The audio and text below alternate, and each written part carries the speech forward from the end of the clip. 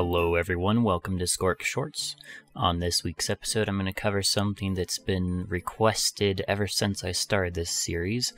Organics for large statues and creatures and things of that sort.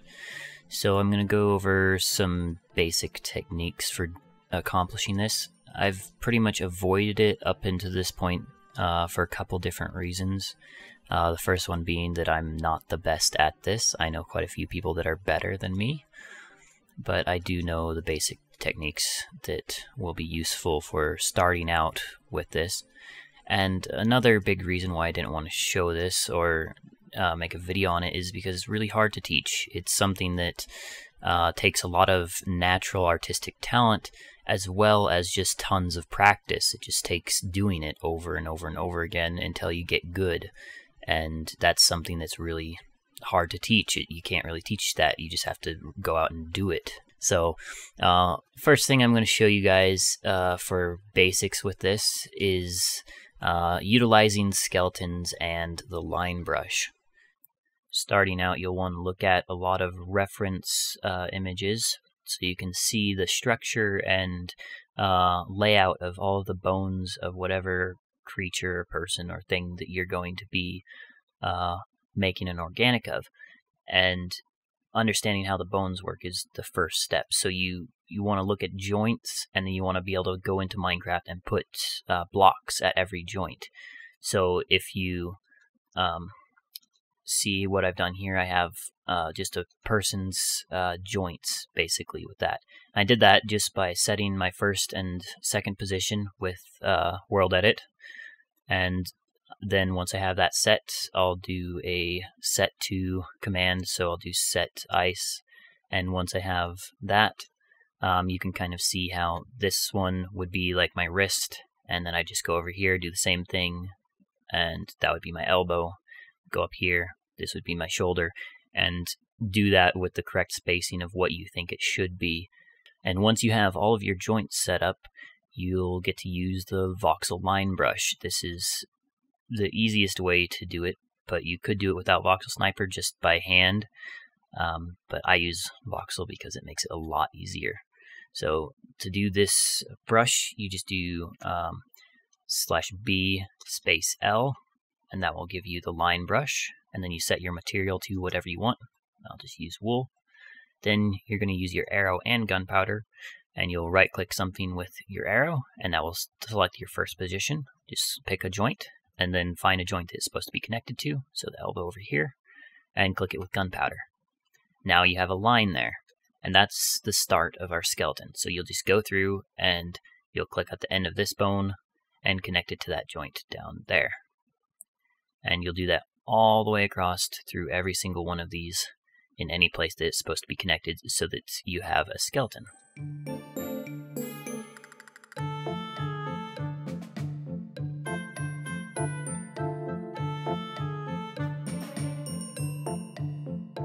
Once we have our skeleton, I'm going to use a different brush. I'm going to use the blend ball brush, and this is what I'm going to start out with for creating shape and adding onto this.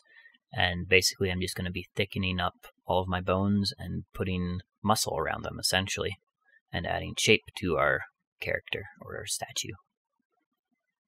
And that brush is B space BB. And then I'll be using gunpowder, and I'll use a medium-ish size brush somewhere around 4 or 5. And then just to start out with, and by clicking here you can kind of see how it just expands what you have there, and you can begin sculpting. This is where a lot of just learning how to click on things and learning how you should sculpt and shape things. Also a lot of just general understanding of how things should look will go into this part of it. And you'll just follow your skeleton along and thicken up everything. And with this brush you can also, as you thicken things up, you can thin them down and smooth them a little bit with the arrow. So just by clicking with that, it will smooth it out a little bit and kind of round it off. So you can see how it does that. And you just do this, and you go through the whole thing, and it takes quite a while, and it's a lot of trial and error. And once you have your shape completely filled in, then you can do different things like the smooth brush. I use that a little bit just to give it a little bit more rounded feel to things. And that's just B space E and then smooth. And then once you have that, you can just kind of smooth things out. And you'll just continue using your blend ball brush and the smooth brush to sculpt out your skeleton and thicken it up and add shape to it until you get to about somewhere around this point. And this is far from done. You'll go in from here and start adding details into the face and shaping up things a lot better around arms and fingers and hands, and adding a lot better shape to things and defining different things that are more detail oriented. And you'll have to do that by hand, and it's just something you'll have to do by eye and try different things, break blocks, place blocks, and keep doing that until you get what you want. After that, you can begin adding shapes for clothing or other details. And then I'll go into skinning and coloring. So this guy over here I made a while ago, and you can just start out with any of your organics. You want to start out with your base color. So for him, I think I'll just color him with obsidian. So I'll go find the ID for that, 49, and do / replace 49. Now I have all of that replaced to obsidian, and he has a much darker color and theme to him now. Then I'm going to use Voxel Sniper to add texture and different things to him. So for this, you'll want to use a matte modifier brush. So you can do anything from a ball or even a scatter ball. I'll use both of those today, but I'll start out with a ball, and then you just do space MM after that. And now I have a replace brush. So by turning off my flight mod, flying up here, hold down Shift and right click the obsidian, and now it says my replace material has been set to 49 obsidian. And you can also do that by doing /VR and then space 49. Now I'm going to set my actual voxel material, the one I want to be painting, and this one will be just bedrock. Do it darker. Now that I have that as my thing, I should be able to click here, and it will just replace where I've clicked. Just replace the obsidian with bedrock. So now you can kind of see that. I'm going to bring down my brush size a bit so it's not changing so much. And then I'm going to just kind of paint on top of here so that I have a little bit of color and difference on the top like this.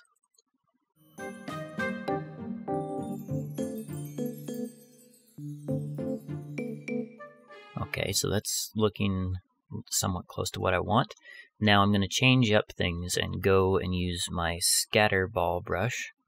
So I'll do just B space SB for scatter ball, and then MM because I still want to use the matte modifier so that I'm just replacing the obsidian.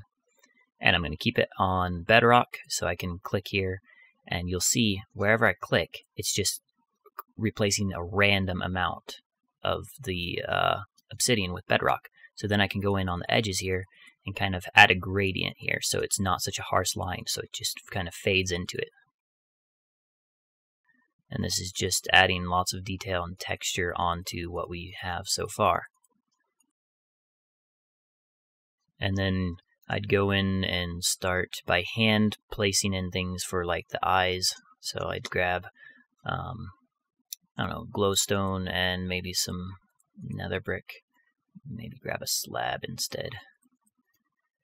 So that way I can kind of figure out where I want the eye. Maybe make it a little bit bigger.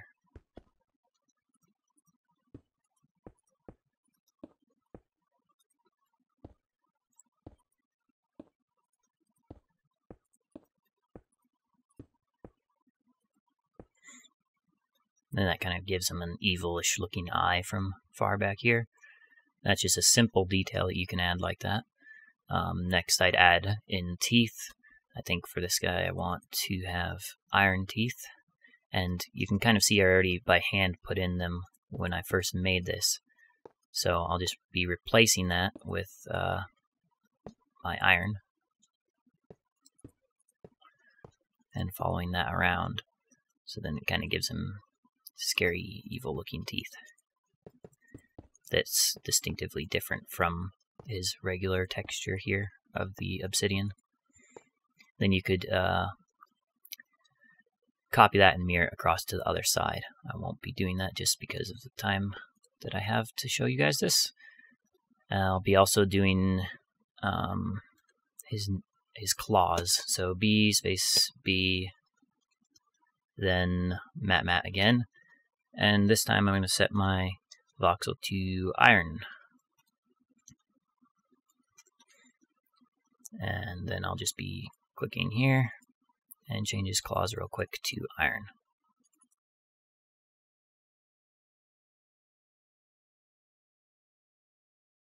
And for this guy, I think I'm going to add a bunch of cool spikes on the top of him. I liked the look of this, where I just adding details like this, where you have little spires and spikes, and then this one I kind of did the same technique as my vine tutorial, where I just make vines except out of iron, and these vines I'll just have hanging down off of him. And this I think looks pretty cool. You can kind of just put them over him, and they're like veins or some sort of industrial organic style that goes with it.